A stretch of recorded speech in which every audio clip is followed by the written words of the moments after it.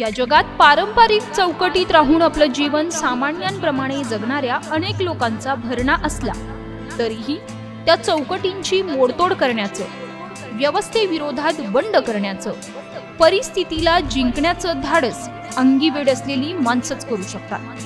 Marathi cinema दिग्दर्शक भाऊराव नानासाहेब कऱ्हाडे तळागाळातून आलेला असाच सृजनांचं वेड जपणारा तरुण आहे. सिनेमातलं कखही ज्याला माहीत नव्हतं असा भाऊराव आज मराठी सिनेसृष्टीतील सर्वात प्रतिभाशाली दिग्दर्शकांपैकी एक आहे. आपल्या पहिल्याच सिनेमात ज्यानं जीव ओतला आणि भाऊचं नाव जगभरात गाजलं. आज दिग्दर्शक नागराज मंजुळेच्याही पुढे जाण्याची ताकद भाऊमध्ये आहे असं म्हटलं जातं. त्यामुळे भाऊ नेहमीच माध्यमांमध्ये चर्चेत असतो. मात्र हा भाऊ नेमका कुठून आला आणि त्याच्यात असं काय आहे ज्यामुळे तो इतरांपेक्षा वेगळा ठरतो, याबद्दल सविस्तर माहिती देणारा हा व्हिडिओ. त्यामुळे व्हिडिओ शेवटपर्यंत नक्की पहा.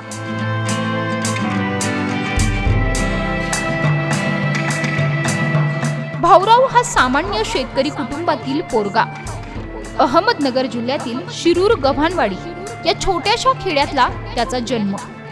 भाऊरावला लहानपणापासूनच शिक्षणाची फारशी गोडी नव्हती, पण त्याला वाचायला खूप आवडायचं.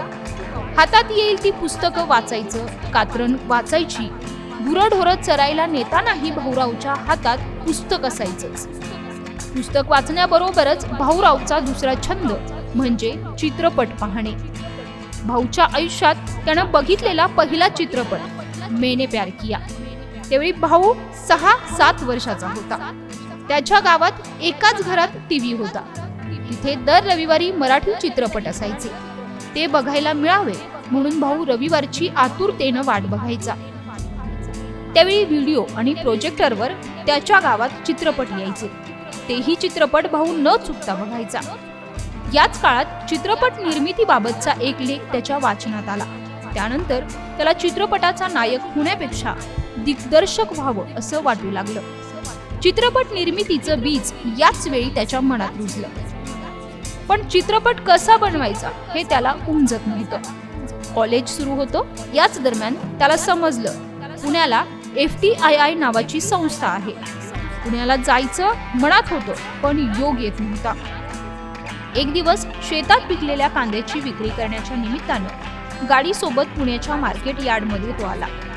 तिथून चालत FTIIच्या पत्त्यावर पोहोचला. चौकशी केली. समजलं इथे प्रवेश घ्यायला किमान पदवीधर शिक्षण आवश्यक आहे. मग परत गेल्यावर मुक्त विद्यापीठात BA साठी प्रवेश घेतला. BA पूर्ण झाल्यावर मग अहमदनगरला मास मीडियाला ऍडमिशन घेतलं. फार कमी लोकांना हे माहिती असेल, पण नागराज आणि भाऊराव एकाच कॉलेजात शिकले. अहमदनगरच्या न्यू आर्ट्स महाविद्यालयातून भाऊरावनं एकत्र मास कम्युनिकेशनचं शिक्षण घेतलं. शिक्षण पूर्ण झाल्यानंतर भाऊराव त्याचं स्वप्न पूर्ण करण्यासाठी निघाला. चित्रपट बनवायचा, मोठा दिग्दर्शक व्हायचं हेच ते स्वप्न. संपूर्ण बालपण गावात गेलेलं, त्यामुळे रोमारोमात भरलेलं गावपणच भाऊचं मुख्य हत्यार ठरलं. फाडा हा भाऊरावचा ग्रामीण विषयाशी संबंधित पहिला चित्रपट. जमीन विकून मित्रांकडून पैसे उधार घेऊन भाऊनं फाडा बनवला. या चित्रपटाला पुण्याच्या आंतरराष्ट्रीय चित्रपट महोत्सवात राष्ट्रीय पुरस्कार मिळाला. ही भाऊरावसाठी कौतुकाची थाप तर होतीच, पण या पुरस्कारामुळे भाऊला नवीन उमेद मिळाली आणि त्यानं पुढे बबन साकारला. फाडाप्रमाणेच बबनलाही प्रेक्षकांकडून दाद मिळाली. फक्त 2 चित्रपटातच भाऊनं भरघोस यश प्राप्त केलं. यानंतर आता 26 एप्रिलला TDM द्वारे भाऊ पुन्हा एकदा प्रेक्षकांना भेटायला येतोय. आज नागराजच्या खांद्याला खांदा लावून भाऊ मराठी चित्रपट सृष्टीला नव्या उंचीवर नेतोय. जरी दोघांची स्वप्न सारखीच असली, त्यांची कामं करण्याची शैली, चित्रपटांचे विषय सारखेच असले, तरी एक बाब भाऊचं वेगळेपण दाखवते. ती म्हणजे दिग्दर्शकाव्यतिरिक्त भाऊमध्ये लपलेला मार्गदर्शक. एक वेळ अशी होती जेव्हा चित्रपट हे त्यात दिसणारे नट आणि नटी मिळून बनवतात असं भाऊला वाटायचं.